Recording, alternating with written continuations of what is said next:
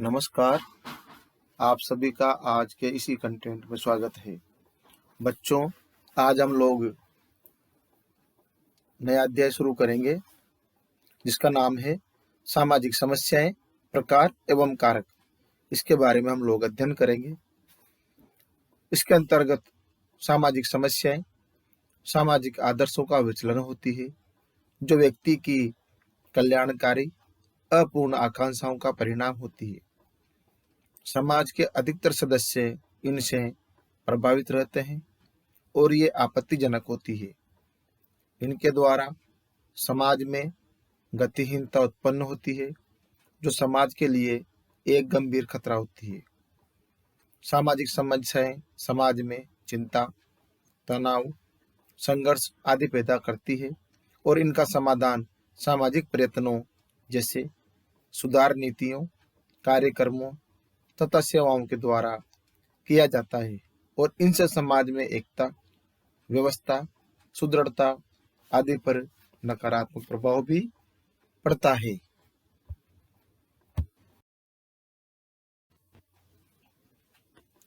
इसके पश्चात अब हम सामाजिक समस्याओं के प्रकार के बारे में अध्ययन करेंगे।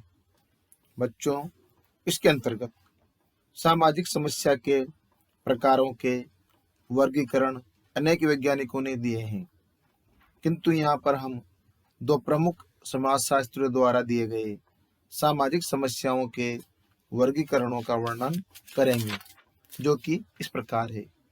सबसे पहले जॉन जे केन का वर्गीकरण। जॉन जे केन ने सोशल प्रॉब्लम्स में सामाजिक समस्या के दो प्रकार बताए हैं।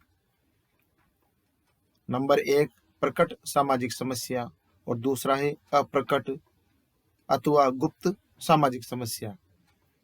बच्चों, इनकी व्याख्या निम्न प्रकार से है। सबसे पहले प्रकट सामाजिक समस्या, ये क्या होती है इसके बारे में आपको हम बताएंगे।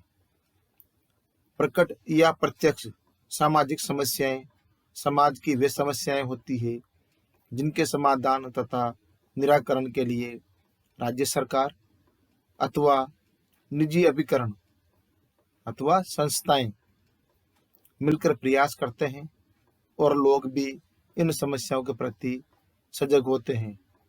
वैसे समाज के लिए हानिकारक भी मानते हैं, जैसे निर्धनता, बेरोजगारी, जनसंख्या में वृद्धि, अपराध, बाल अपराध आदि प्रकट सामाजिक समस्याओं के उदाहरण हैं।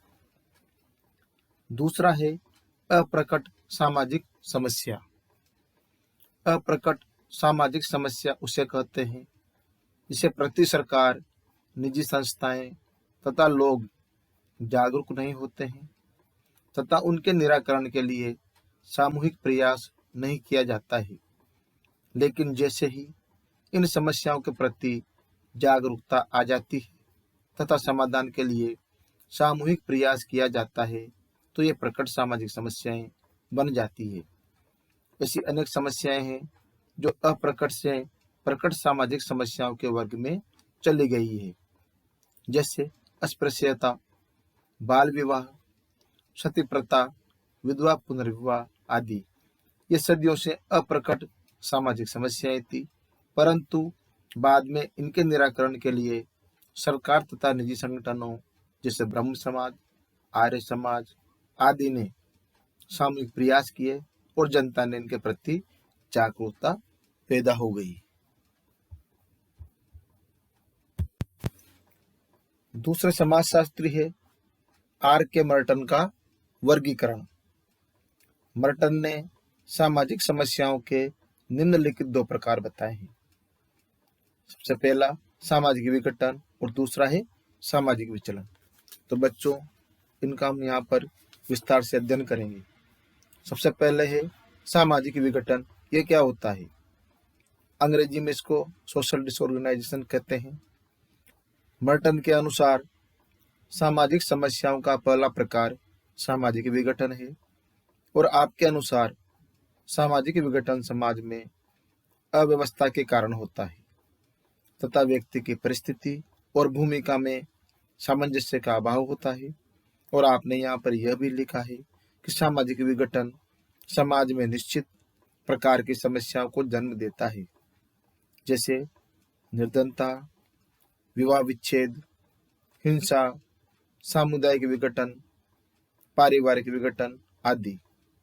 इस प्रकार की सामाजिक समस्याएं समाज में तब उत्पन्न होती है जब समाज के सदस्यों के सांस्कृतिक मूल्यों और संस्थागत हितों में संघर्ष होता है, और जब यह संघर्ष असहनीय मात्रा में बढ़ जाता है तो समाज में विघटन स्पष्ट दिखाई देता है। यहाँ पर मर्टन ने लिखा है कि जब समाजीकरण की प्रक्रिया के द्वारा समाज के सदस्यों का समाज की परंपराओं, मूल्यों, प्रथाओं, भाषा और संस्कृति आदि का ज्ञान पूर्ण रूप से सिखा दिया जाता है, तब सामाजिक विघटन पैदा नहीं होता है।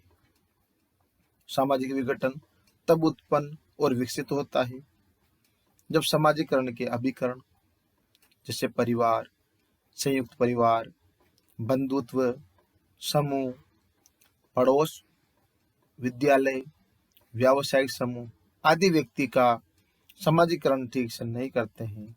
इस प्रकार समाजीकरण के अभाव में व्यक्ति अपराधी बन जाता है और उसके व्यवहार को समाज सम्मत बनाने के लिए सामाजिक नियंत्रण के अनौपचारिक और औपचारिक अभिकरणों की आवश्यकता होती है।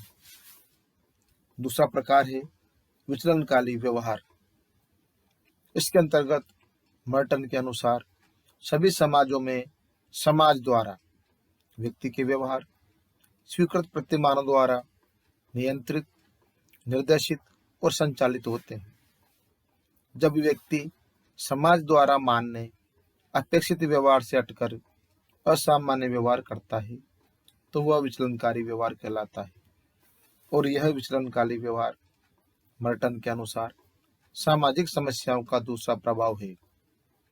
अनेक समाजशास्त्रियों और अपराध शास्त्रियों ने समाज की निश्चित आदर्श संहिताओं से हटकर व्यवहारों को विचलन व्यवहारों के अंतर्गत रखा है, जिनके उदाहरण अपराध, बाल अपराध, मद्यपान, मादक द्रव्य व्यसन आदि होते हैं। अब इसके पश्चात बच्चों हम सामाजिक समस्याओं के कारक, इसके बारे में विस्तार से अध्ययन करेंगे। सबसे पहले जनसंख्या, इसके बारे में अध्ययन करेंगे। तो पहला कारक है जनसंख्या, पॉपुलेशन। भारत में सभी प्रकार की सामाजिक समस्याओं का प्रमुख कारक जनसंख्या विस्फोट है। क्या हमारा देश इतनी व्यवस्था कर सकता है जिसकी आधी आबादी आज भी गरीबी की रेखा से नीचे जीवन यापन कर रही है या इसके लिए बाध्य है? यह प्रश्न हमें हमारे मानव संसाधनों के सही प्रबंधन व शिक्षा की ओर सोचने व कुछ कर गुजरने के लिए आमंत्रित करता है। भारतीय समाज की सभी प्रकार की सामाजिक समस्याओं का कारक जनसंख्या विस्फोट है, जिसने सभी प्रकार की योजनाओं को विफल कर दिया है। दूसरा बिंदु है क्षेत्र, जिसको अंग्रेजी में रीजन कहा जाता है। इसके अंतर्गत बच्चों सामाजिक समस्याओं का प्रमुख कारक क्षेत्र से संबंधित क्षेत्रवाद है। भारतवर्ष में क्षेत्रवाद के कारण स्थानीय लोगों ने प्रभावशाली बनने की लालसा के कारण क्षेत्रवाद को बढ़ावा दिया है। क्षेत्रवाद को लेकर ये लोग को भड़काते हैं, नारे लगाते हैं, निवासियों को गुमराह करते हैं, सरकार पर दबाव डालते हैं, स्थानीय अधिकारियों को काम नहीं करने देते हैं, प्रत्येक क्षेत्र की मांग को लेकर हड़ताल, आगजनी, मारपीट और तोड़फोड़ करके स्थानीय लोग नेता बनने का सपना देखते हैं। क्षेत्र की समस्याएं तथा उनके समाधान की मांग करना इन बरसाती नेताओं का व्यवसाय सा बन गया है, जो कि क्षेत्रवाद का ही परिणाम है। क्षेत्रवाद ने भारतवर्ष में भाषावाद को बढ़ावा दिया है और यह कारक राष्ट्रीय एकता में बाधक रहा है। इसने क्षेत्रीय तनाव को भी बढ़ावा दिया है। तीसरा बिंदु है भाषा, जिसको अंग्रेजी में लैंग्वेज कहा जाता है। इसके अंतर्गत भारतवर्ष में भाषा सामाजिक समस्याओं का एक प्रमुख कारक है। भाषा शास्त्रियों के अनुसार भारत में 1652 भाषाएं बोली जाती है। इनमें से वर्तमान 18 भाषाओं को मान्यता दी गई है। नेताओं ने अपने स्वार्थ पूर्ति के लिए भाषा को एक सामाजिक समस्या का रूप देकर एवं भाषावाद के आधार पर अनेक समस्याएं खड़ी कर दी है। भारतवर्ष में भाषा के कारण अनेक प्रांतों में केंद्र सरकार को पुनर्गठन करना पड़ा है।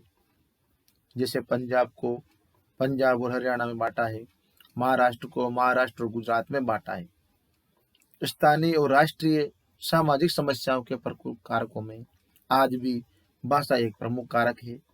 भाषावाद के कारण अभी तक राष्ट्रीय भाषा का निश्चयन नहीं हो सका है। चौथा बिंदु है धर्म। इसको अंग्रेजी में रिलीजन कहा जाता है। बच्चों, इसके अंतर्गत भारतीय समाज की सामाजिक समस्याओं का एक प्रमुख कारक धर्म की भिन्नता है। भारतवर्ष में जनसंख्या के अधिकतम से निम्न संख्या में धर्मावलंबियों के क्रम में हिंदू, इस्लाम, ईसाई, सिख, बौद्ध, जैन और पारसी आदि आते हैं। पिछली कुछ शताब्दी से दो प्रमुख धर्मों में सांप्रदायिक तनाव देखा जा सकता है। पिछले कुछ दशकों में अल्प धार्मिक समुदाय में भी भेदभाव है तथा विवाद काफी पनप आए। इन विभिन्न धार्मिक संप्रदायों में अलगाववाद और पृथक्करण की भावना पनप गई है, जिसने पारस्परिक घृणा, संघर्ष, आगजनी, झगड़े, मारपीट आदि समस्याओं को बढ़ावा दिया है। अतः धार्मिक भिन्नता ने राष्ट्र में अनेक विकट समस्याओं को भी जन्म दिया। इसका पांचवा बिंदु है जाति, जिसको अंग्रेजी में कास्ट भी कहते हैं। हमारे समाजशास्त्री J.S. अटन ने अनुसार भारतवर्ष में सन 1931 में 3000 से अधिक जातियां थी। वर्तमान में जातियों की संख्या निश्चित करना संभव नहीं है, लेकिन बच्चों, सभी जातियां अपने सदस्यों के मध्य जाति भक्ति, जाति निष्ठा, जातीयता की भावना रखती है, जिसने भारतीय समाज में जातिवाद को जन्म देकर एक विकट सामाजिक समस्या बना दिया है। वर्तमान में यह राष्ट्रीय एकता में बाधक है। जातिवाद ने समाज में भेदभाव और जातीय संघर्ष को बढ़ावा दिया है। जातिवाद की विशेषताएं लक्ष्य, उद्देश्य, भावना, मूल्य और निष्ठा आदि प्रजातंत्र के मूल्य, उद्देश्य, भावना और विशेषताओं आदि के विरोधी हैं और इस प्रकार से जातिवाद ने प्रजातंत्रीय एकता का विरोध किया है। संविधान की धारा 15(1) में जातिवाद को समाप्त कर दिया गया है, लेकिन यह अभी भी एक सामाजिक समस्या बनी हुई है।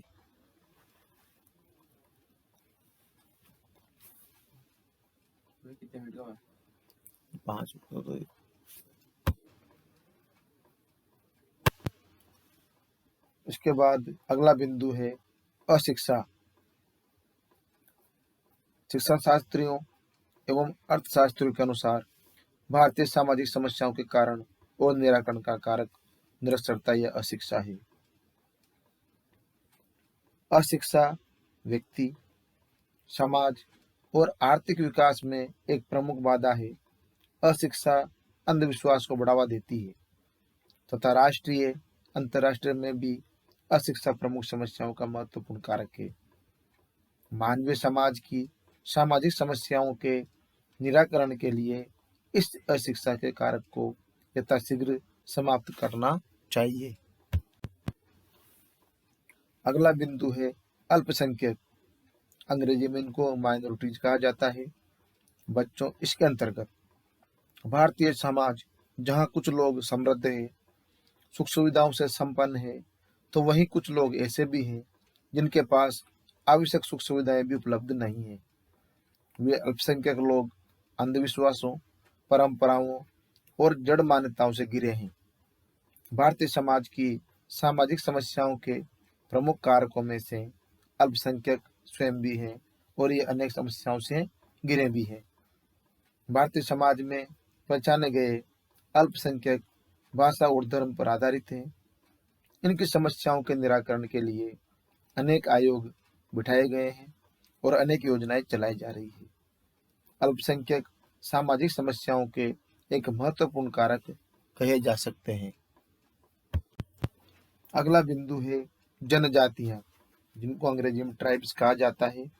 इसके अंतर्गत भारत की भौगोलिक विशेषताओं के कारण यहाँ अनेक जनजातियां निवास करती हैं। कुछ इतिहासकारों, समाजशास्त्रियों एवं विद्वानों ने भारत को जनजातियों का अजायब घर भी कहा है। ये आज भी सभ्यता से अत्यधिक दूर है, क्योंकि ये लोग सुदूर जंगलों, पहाड़ों अथवा पठारी क्षेत्रों में जीवन यापन करते हैं और ये लोग अत्यधिक पिछड़े हुए हैं। ये भारतीय समाज के मुख्य अंग हैं।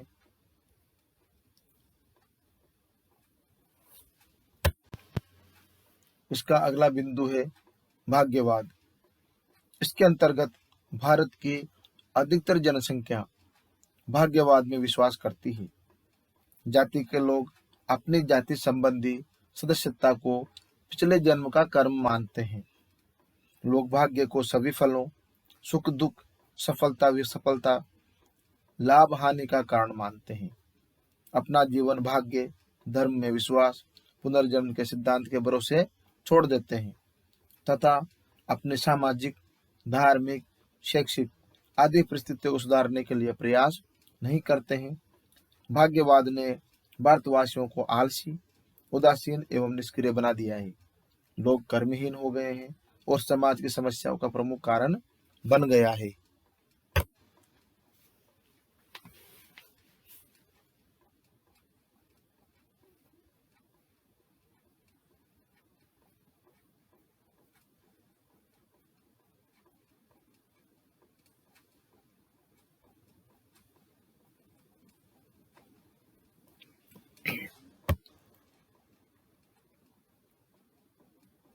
इसके पश्चात अगला बिंदु है पितृसत्तात्मकता। भारतीय समाज पितृ प्रधान है। पुरुष को परिवार में सर्वोपरि माना जाता है। वंश पिता से पुत्र की दिशा में चलता है। परिवार के सबसे वृद्ध पुरुष के पास सभी निर्णय करने के अधिकार होते हैं।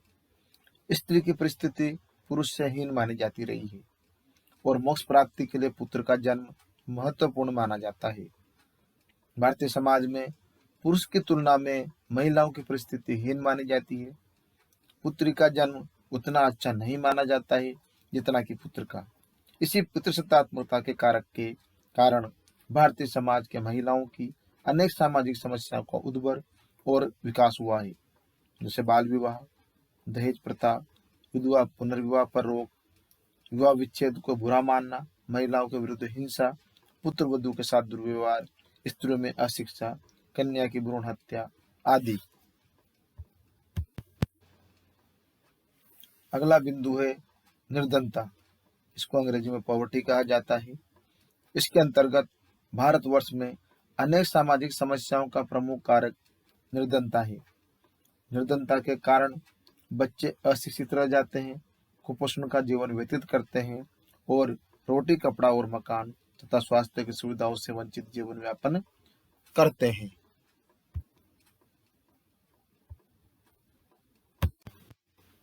इसका अगला बिंदु है बेरोजगारी। इसको अंग्रेजी में अनएम्प्लॉयमेंट कहा जाता है। बच्चों, इसके अंतर्गत समाज में धनोपार्जन का कार्य अत्यंत महत्वपूर्ण व आवश्यक कार्य है। जो व्यक्ति द्वारा भोजन, वस्त्र आदि की व्यवस्था करने के लिए उसे नियमित व व्यस्त रखने के लिए कुछ सामाजिक दायित्वों के निर्वाह व प्रतिष्ठा प्राप्त कराने के उद्देश्य से किया जाता है। बच्चों, जब व्यक्ति शारीरिक व मानसिक रूप से कार्य करने के लिए सक्षम व इच्छुक होता है और उस समय भी वह कार्य प्राप्त नहीं कर पाता है, तो उसे बेरोजगार का नाम दिया जाता है और कार्य प्राप्त न करने की स्थिति बेरोजगारी कहलाती है।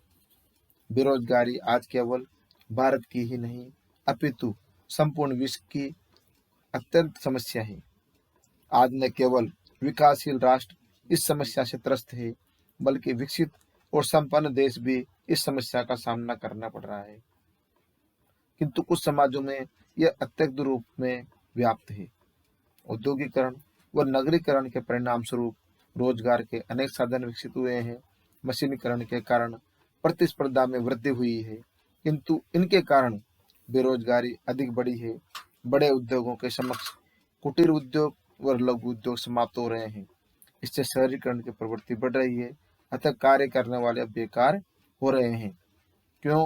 क्योंकि मशीन उस कार्य को हाथों की तुलना में शीघ्रता से निपटा देती है। अतः अनेक लोगों के काम बंद होने के कारण वे लोग बेरोजगार हो गए हैं।